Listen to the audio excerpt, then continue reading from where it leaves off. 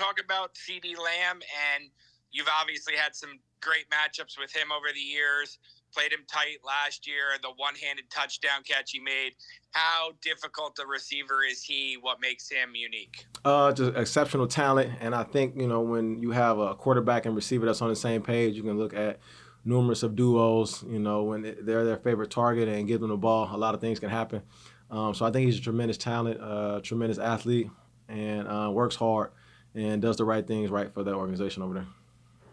Adoree, how much of the move into the slot do you think had to do with this matchup? Like, you face the Cowboys twice every year. He's their best receiver. You're your team's best cornerback. How much, when this idea came about, was we need Adoree to help us against CeeDee Lamb? I don't think this game in particular. I think it was just about the season in general. The long haul, obviously, is trying to go 1-0, but I think it was just more of a trajectory of what do we want to do throughout the season and to experience and get some trial out at the nickel's position. And how we've asked you this throughout the course of the camp, how comfortable are you there right now? I mean, you've obviously done it a little in your career, but it looks like you're going to do it more than usual. How comfortable are you right now after a whole camp with the nickel and having to go basically defend left and right without no boundary next to you? I feel good, doing it, being able to go out there and practice, compete, and, watch a lot of film. Obviously, I have Darnay and Cordell to help me out a lot when I need pointers or have questions with Rome and Mike. But to have the safeties and the linebackers, us being on the same page, we always talk about playing football and, having that awareness of different splits, formations, a different alignment. So just trying to tie all that in us all being on the same page, it makes me feel good out there. I meant last one. I mentioned that one-handed catch he made for a touchdown on you last year. Is that something that sticks with you? Is that one of those just tip your cap to a guy who makes a great play? Anything you remember about that play? It was a great throw and catch. Caught it kind of like on his, not on his helmet, but dang near. Threw that way. We always talk about when we're playing in the red zone, make sure that they throw it to the back pylon, which they did. You don't want to have nothing cross your face or be anything in front of you, playing low to the hip. Just a great throw and catch. It's one of those things you just, nod your head, tip your hat off to them, and just keep back lining it up. Thanks, Adoree. You got to untuck your chain, man. I see your chain underneath there, man. Make sure, pull it out. Yeah. Thanks. Paul Schwartz. Hey, Adoree, how are you? I'm doing well. How you doing? Good. I got no hardware to take out. So that's all right. Next week. Okay. All right. When you look at the team you guys put on the field last year for the season opener and the team you're probably going to put on the field this year for the season opener, I mean, as a whole, do you think it's a better group, a better roster, stronger? Every year the goal personally and as a team is to improve. Do you think this group is improved? I think so, especially being under Wink's defense for another year and then having Dayball to be able to, orchestrate us for another year. I think that helps out a lot. So I for sure think we're better than we were last year. I mean, that's the coaching and your familiarity. But how about just, you're not giving me a rundown of each player, but just as far as a unit, like the defensive unit, that's your expertise right now. Correct. The inside linebackers are different. You have rookie cornerbacks now. Is this you think a better, more talented, more potential group right now? I'm going to go back to, how I answered it earlier. It's still with the guys that we had here, understanding the defense and then bringing those new additions along to be able to fall into the culture and what we want to be here as a Giants defense. So I think having that experience from last year, understanding, getting that respect from Wink and vice versa, and then coming this year, add new pieces in, but everybody falling in line and understanding this is the way we want to be and how we want to go about. So I think, from that standpoint, we are better. Thanks. Yes, sir. Bob Brookover. Hey, Adoree. How you doing? When did they first come to you and say, "Hey, nickel, we like this rookie"? And what was your initial thought on that? And when the first time they mentioned the nickel position was actually like last year. We talked about it. I played in there a little bit.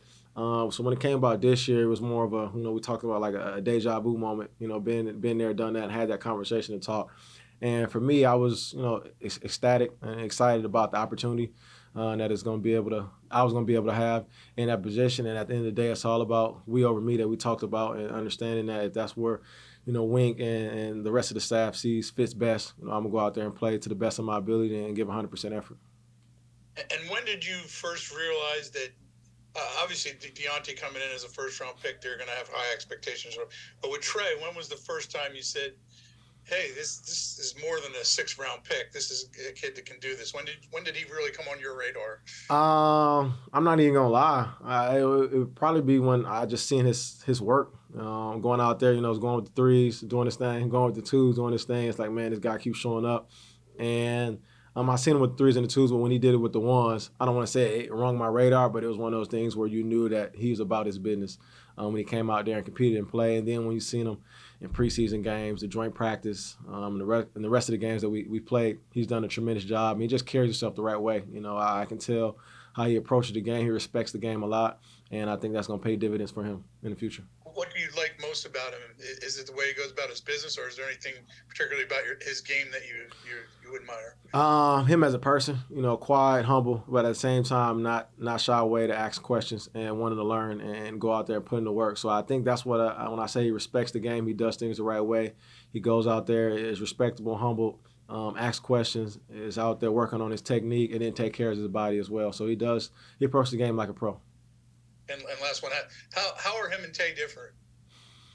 One of them has locks and the other one doesn't. But besides that, I think with his, I don't want to say any differences. The thing that I appreciate most about them are how they compete and how they come to work every day and how together they are. Watching them celebrate and talk to each other is one of those cool things to see. It's kind of like true freshmen coming in together. Oh, that's your boy. I wouldn't have known that they didn't know each other. If you just met them, it looked like they're two peas in a pod. I think them feeding off each other and wanting to compete, I think that's what makes those two special. And last one, knowing how important that position is as a guy who played it, how much pressure is on them to really perform as rookies? I think for them, it's just go out there and do what they've shown. We talk about football being football at the end of the day. Just going out there and do what you do in practice. Just be yourself. And I know I'm excited for them. Like you asked about, Trey and moving me into the slot, during camp. I'm just excited, to see those guys thrive and achieve and to do great things, and not just for this team, but this league. Thank you. We'll take 2 more. Kim Jones. Hey, Dory, how you doing? I'm doing well. How you doing, Kim? I'm great. Thank you very much. Do you have a handle yet on how Isaiah Simmons is going to fit in? I certainly understand you're in a different part of the defense, but you're a defensive teammate of his, obviously. I feel like just utilizing him to the best of his abilities. And when you see his abilities, they just, jump off the charts as you've seen a guy that can do a little bit of everything and does it well. So I'm just excited to see his role and the things that he's going to do and contribute and help his team win games. Is there a belief among you players, and I'm not trying to lead you into an answer here, but that with Wink in particular, he is going to play players to the best of their ability, or at least what he believes is the best of their ability? Yeah, of course, because you can see, you can take Nick McLeod, just coming from Buffalo, doing special teams and then getting a role on the defense. Cam Brown, Micah, different guys like that. And then another one would be Cordell Flott, coming in the Vikings game at the last second, probably didn't even play more than 2 snaps. And then the biggest snap of the day, he gets a PBU. So I think that goes to show, the confidence that Wink has, and not just us as players, but his system and how he runs things and doesn't shy away from it. So I think that helps out a lot. I just have one more for you, if I may, please. Would a younger Adoree, and believe me, you're young to me, but would a younger Adoree have necessarily handled any kind of a position switch the same way? Like, has this always been in you to say, this is all cool to me wherever you need me? Or is that something maybe that you've grown into a little bit as an NFL player and as a young man? I think that's always been me. Even when I moved out to California to play high school ball, all I played was offense.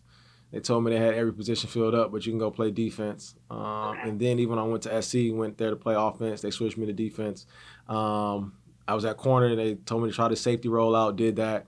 At the end of the day, it's just about playing ball and competing at a high level, and I think those around you notice it. And I don't think of it as anything different. When you're out there on the field, you can be productive and make plays. So I just think that's always been me, just loving to play the game, loving competing. and just trying to showcase talent. I appreciate you. Thank you. Appreciate it. Last one, Greg Johnson. Hey, Adoree. Last year, you obviously got to face CeeDee in prime time, Mm-hmm. and it got right before the rematch with the Cowboys later in the season. So I'm just wondering, how much has that first game from last year really stuck with you since then, and how much you just take these matchups personally against receivers like him? I think not just receivers like him. I think across the league, you take those matchups personally because at the end of the day, you only get. It's not like basketball where you can face someone twice, 4 times, or however many times, or whatever it may be. It's all about taking this series in personal because you never know when it'd be your last snap. As you said, I played them week 1. Looking forward to playing them the second time. Wasn't able to be out there. So I think every matchup that I go against, regardless of who it is at receiver or who the team is, you take it personal and want to go out there and showcase and display your best. Yeah, I mean, did that touchdown you got to him last year, was that maybe a play that stuck with you and you kind of were like, I want to get him back for that, and that was a play that, kind of got away from you and you can do better the next time? I mean, we talked about it on the sideline. Me and Rome did. I remember that vividly, asking, like, what could I have done better, this, that, and the third. Played through the hands, played through the pocket. It was one of those throws where the quarterback put it where he needed to put it.